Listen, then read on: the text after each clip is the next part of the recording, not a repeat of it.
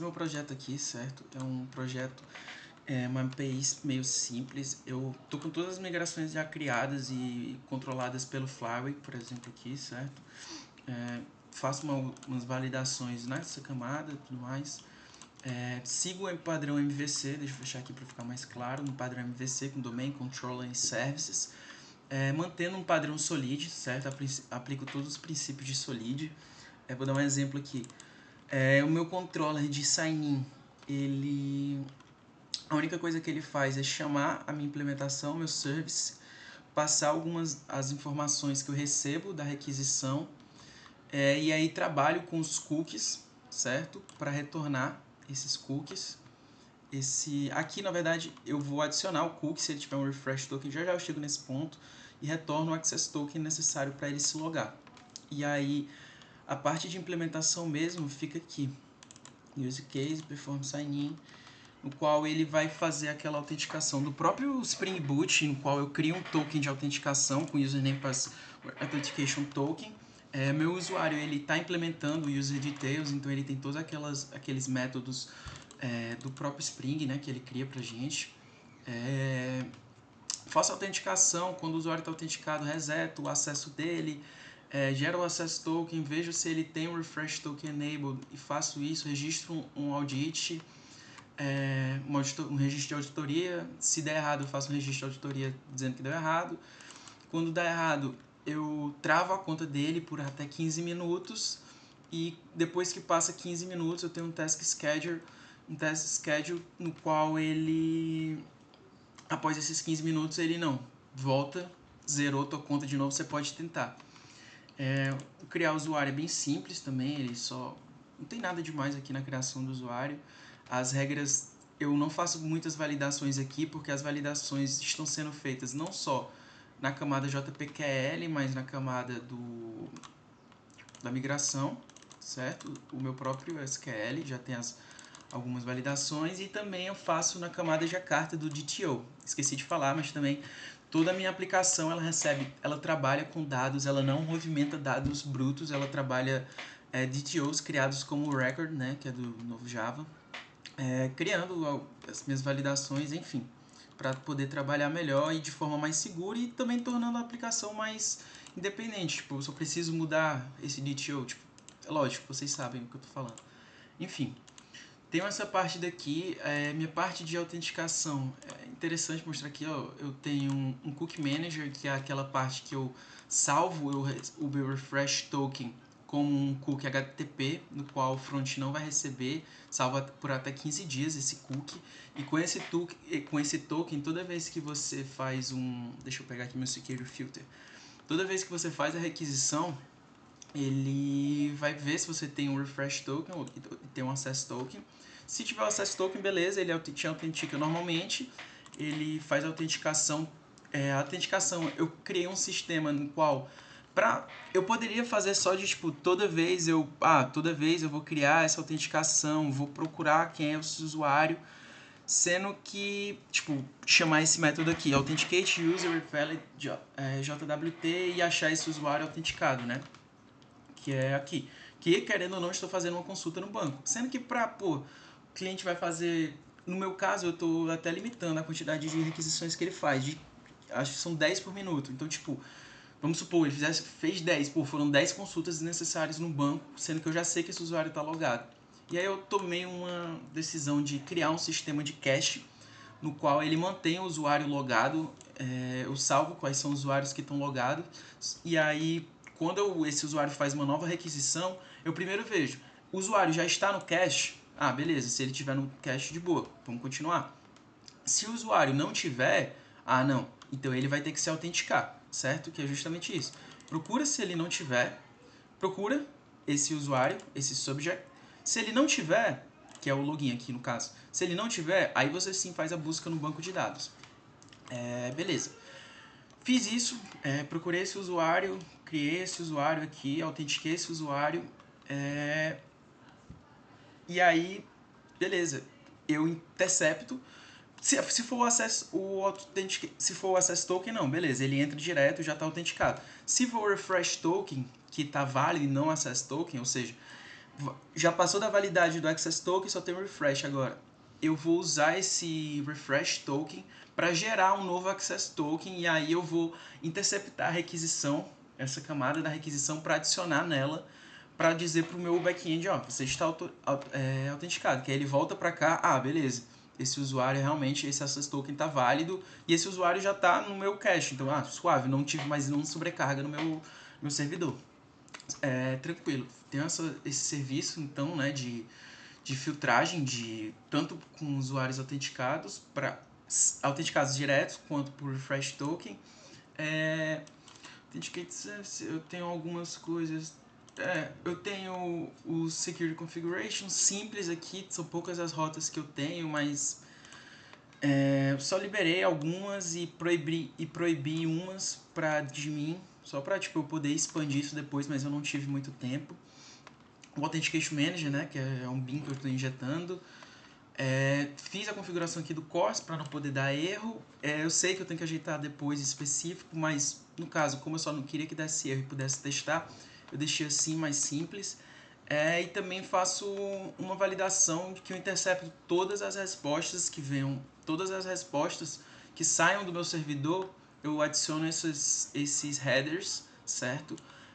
De segurança, que são algumas configs de segurança, no qual, vou ser sincero, eu não entendo muito, mas eu peguei do Stack Overflow e me pareceu uma boa.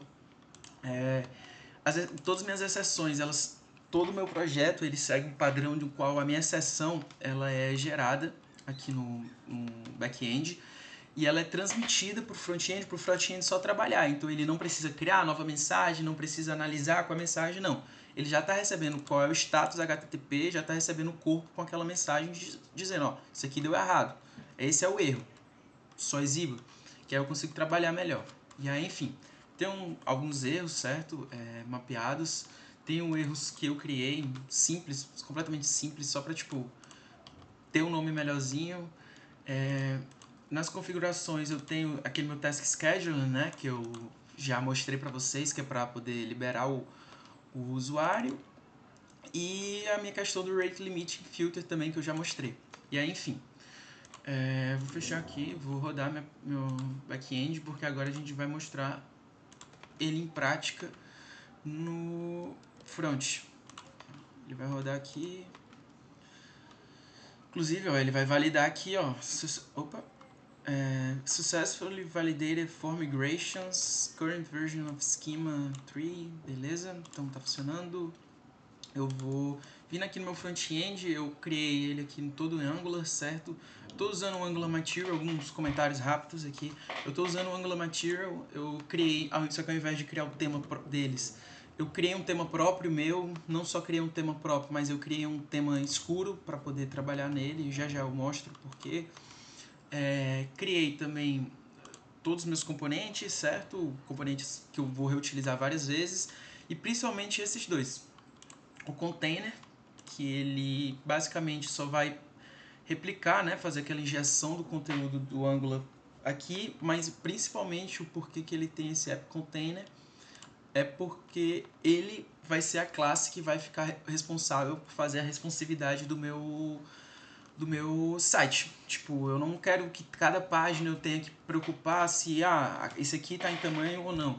Não, todos eles têm um container no qual ele já vê qual é o tamanho da janela. Foi menor do que isso? Adicione essa classe mobile no body da minha requisição. Ou no body do meu HTML. Uma vez no body, beleza. Aí eu trabalho e aí cada classe vai trabalhar com isso em específico. Ou cada componente vai trabalhar com isso em específico. Beleza. Meu content container, ele vai ser não mais o container geral da aplicação, mas só o que eu quero ficar com conteúdo.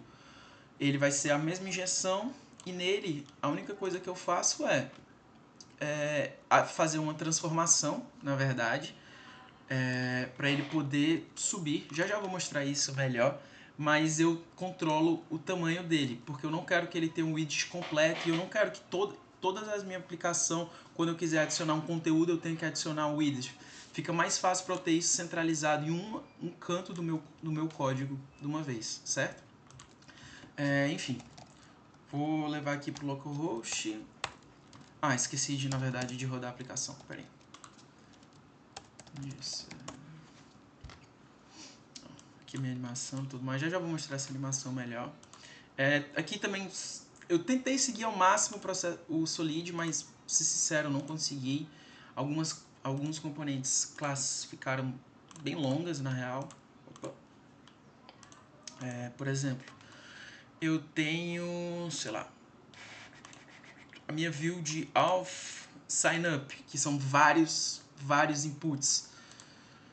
Beleza, o HTML tranquilo, bem feito, utilizando o Angular Material e tudo mais, só que você olha o meu TypeScript e aí você vê, tipo, uma quantidade absurda de form control, chamando use case, tem a parte de carregar todos os países, tipo, enfim, tá um pouco confuso, tá um pouco poluído.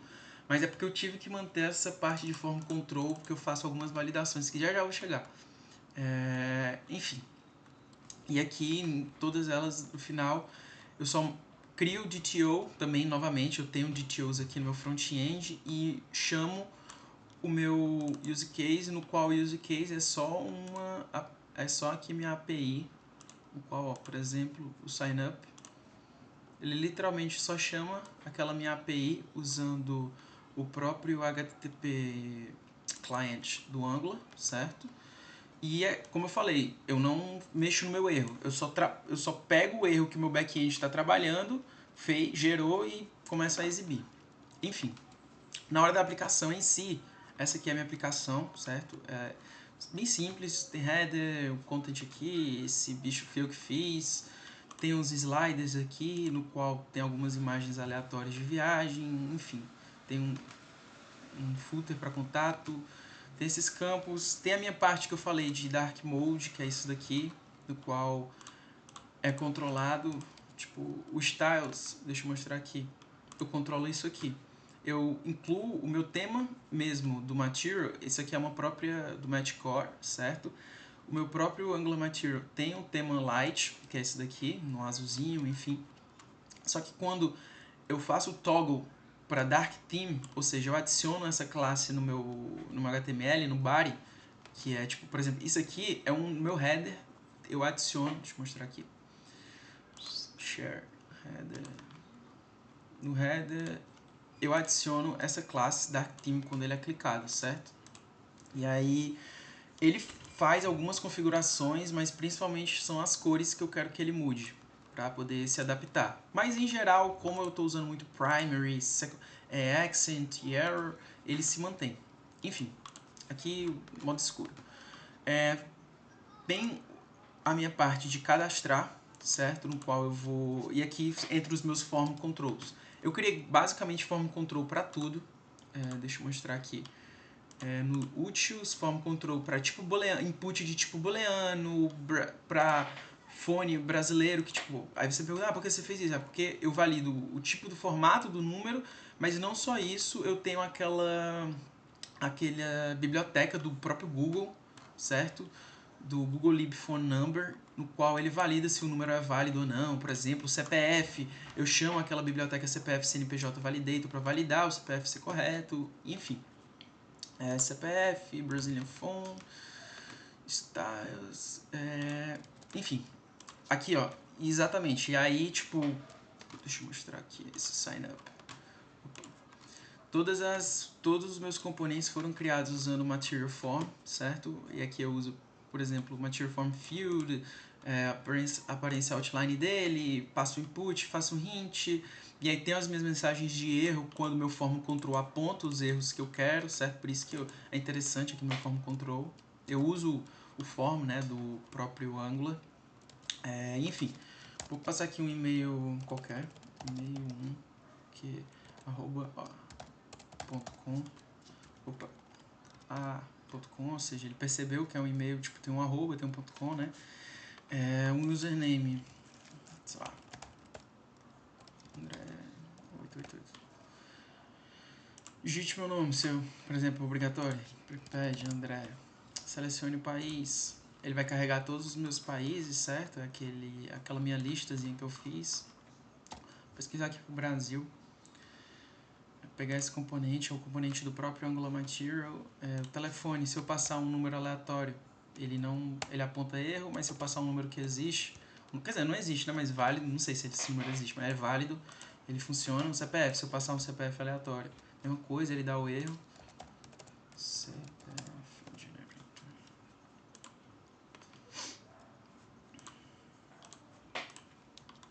Quando eu passo um CPF, ele bate a conta. Data de nascimento, se eu passar uma data errada, ó, você precisa ter no mínimo 18 anos para se cadastrar. Vou passar aqui, opa. Passei uma data, vou... A senha aqui, a senha é obrigatória, escrever alguma coisa, ó. A senha deve ter no mínimo 8 caracteres e a senha precisa ter pelo menos uma letra maiúscula, uma letra minúscula e um número. Beleza, então eu vou mudar minha senha para ela ter tudo, e agora ela tem tudo, certo? Aqui o usuário pode escolher o tema, também é uma informação que está indo para o banco de dados, e aqui ele escolhe se na hora da criação, se ele quer se manter conectado ou não, ou seja, se ele vai utilizar o refresh token como forma de autenticação, tipo, deixa eu até mostrar aqui para ficar mais fácil. Eu não vou conseguir mostrar logicamente pelo browser, porque não fica disponível, mas vou mostrar aqui. Só para ficar mais claro. Opa. Eu vou limpar os meus cookies que tenho aqui, certo? Limpei. Done. Vou fazer o sign in. Esse meu usuário daqui, o André Rocha e tudo mais, ele tem o refresh token enable e certo? Então ele vai, quando eu fizer o login, ele recebe o access token, que eu consigo me autenticar, mas não só isso, ele salvou agora com um cookie HTTP o refresh token. Tipo, por isso que eu utilizo isso. Enfim, eu vou escolher manter-me conectado, vou salvar esse e-mail para poder testar, vou cadastrar. E-mail cadastrado com sucesso, ele vai vir para cá. Enfim, eu não... Isso aqui é uma configuraçãozinha, ele vem pronto, já não sou eu que estou controlando isso, é o próprio browser que está vindo com isso, mas enfim. Esse é meu e-mail, a senha é a mesma, com certeza, então aqui só um toggle de visibilidade, vou entrar, login realizado com sucesso, eu sou levado para a tela logged, que é uma tela protegida, todas as rotas, né, estão bem feitas, e aqui só uma parte visual, ela não se integra com uma API, tipo, tanto que aqui nos depoimentos é um lorem y, esses aqui, tudo é um Tóquio, mas enfim, a importância é a parte visual. Aqui a pessoa poderia digitar de onde ela quer ir, para onde ela quer ir, escolheria a data de ida, sei lá, eu quero ir no dia 26 e voltar no 31, faria essa busca, isso aqui é um formulário, certo? Ele escolhe se quer de ida, volta, somente ida, vai escolher quantos adultos tem, por exemplo, aqui o padrão é um adulto. Não, eu quero 7 adultos. 7 adultos, vai ser então. E aí, tipo, eu posso não marcar, deixar marcado, enfim. Um adulto e é isso. Minha aplicação, essa parte ainda não está integrada com a API. O que está mais integrado com a API mesmo é só a parte de login e de se cadastrar, certo? E é isso.